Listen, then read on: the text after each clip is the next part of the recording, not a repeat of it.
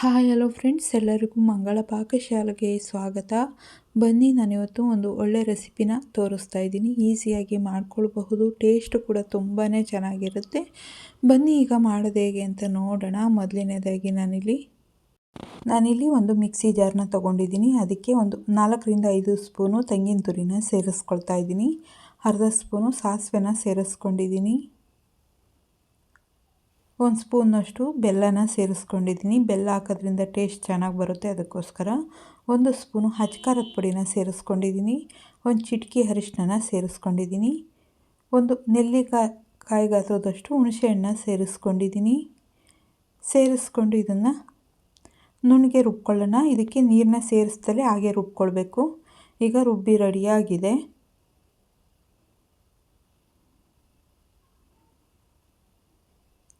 ಈಗ ನಾನು ಅನ್ನನ ಉದುರಾಗಿ ಬೇಯಿಸಿಟ್ಕೊಂಡಿದ್ದೀನಿ. ಅದನ್ನು ಒಂದು ತಟ್ಟೆಗೆ ಸೇರಿಸ್ಕೊಂಡಿದ್ದೀನಿ. ನಾನು ರುಬ್ಬಿಟ್ಕೊಂಡಿರೋ ಮಸಾಲೆನ ಅದಕ್ಕೆ ಸೇರಿಸ್ಕೊಳ್ಳೋಣ.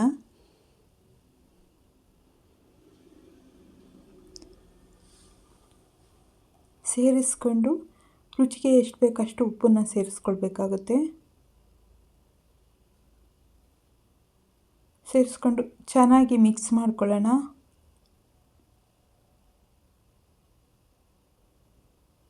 ಟೇಸ್ಟ್ ಅಂತೂ ತುಂಬಾ ಚೆನ್ನಾಗಿರುತ್ತೆ. ಮನೇಲಿ ಒಂದು ಸಲ ಟ್ರೈ ಮಾಡಿ ನೋಡಿ ಈ ಥರ.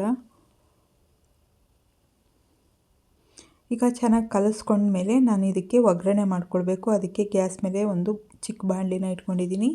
ಒಂದು ಸ್ವಲ್ಪ ಎಣ್ಣೆನ ಸೇರಿಸ್ಕೊಂಡಿದ್ದೀನಿ. 1 ಸ್ಪೂನಷ್ಟು ಕಡಲೆ ಬೀಜನ ಸೇರಿಸ್ಕೊಂಡಿದ್ದೀನಿ. ಸೇರಿಸ್ಕೊಂಡು ಎಣ್ಣೆಲಿ ಚೆನ್ನಾಗಿ ಫ್ರೈ ಮಾಡ್ಕೊಳ್ಳೋಣ. 1/4 ಸ್ಪೂನಷ್ಟು ಸಾಸಿವೆನ ಸೇರಿಸ್ಕೊಳ್ತಾ ಇದ್ದೀನಿ. ಇವೆರಡನ್ನು ಚೆನ್ನಾಗಿ ಫ್ರೈ ಮಾಡ್ಕೊಳ್ಬೇಕಾಗುತ್ತೆ.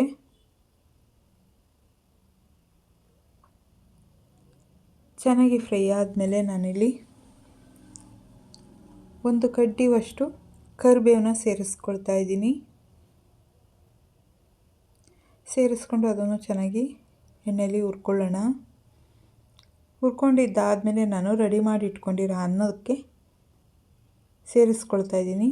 ನಾನು ಕಲಸಿಟ್ಕೊಂಡಿದ್ನಲ್ಲ ಅದಕ್ಕೆ ಸೇರಿಸ್ಕೊಂಡು ಒಂದು ಸಲ ಚೆನ್ನಾಗಿ ಮಿಕ್ಸ್ ಮಾಡ್ಕೊಳ್ಳೋಣ.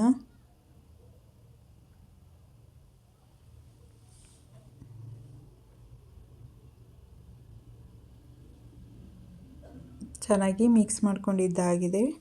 ಟೇಸ್ಟ್ ಅಂತೂ ತುಂಬಾ ಚೆನ್ನಾಗಿರುತ್ತೆ. ನಿಮ್ಗೆ ಅರ್ಜೆಂಟ್ ಇದ್ದಾಗ ಈ ಥರ ಮಾಡ್ಕೊಳ್ಬಹುದು. ನಾನೀಗ ಸರ್ವ್ ಮಾಡ್ಕೊಳ್ತಾ ಇದ್ದೀನಿ. ಈ ರೆಸಿಪಿ ಹೆಸರು ಕಡುಗೊಗರೆ ಅಂತ. ಟೇಸ್ಟ್ ಅಂತೂ ತುಂಬಾ ಚೆನ್ನಾಗಿರುತ್ತೆ. ಒಂದು ಸಲ ಈ ರೀತಿ ಮನೇಲಿ ಟ್ರೈ ಮಾಡಿ ನೋಡಿ. ತುಂಬ ಇಷ್ಟಪಟ್ಟು ಮಾಡ್ಕೊಂಡು ತಿಂತೀರಾ, ಅಷ್ಟು ಚೆನ್ನಾಗಿರುತ್ತೆ. ನಿಮಗೇನಾದರೂ ಈ ವಿಡಿಯೋ ಇಷ್ಟ ಆಯಿತು ಅಂದರೆ ಪ್ಲೀಸ್ ಒಂದು ಲೈಕ್ ಮಾಡಿ, ಶೇರ್ ಮಾಡಿ, ಸಬ್ಸ್ಕ್ರೈಬ್ ಮಾಡಿ. ಹೊಸ ವಿಡಿಯೋಕ್ಕೋಸ್ಕರ ಬೆಲ್ ಐಕನ್ನು ಕ್ಲಿಕ್ ಮಾಡಿ. ಯಾರ್ಯಾರು ವಿಡಿಯೋ ನೋಡಿದ್ದೀರೋ ಅವ್ರಿಗೆಲ್ಲ ಧನ್ಯವಾದಗಳು.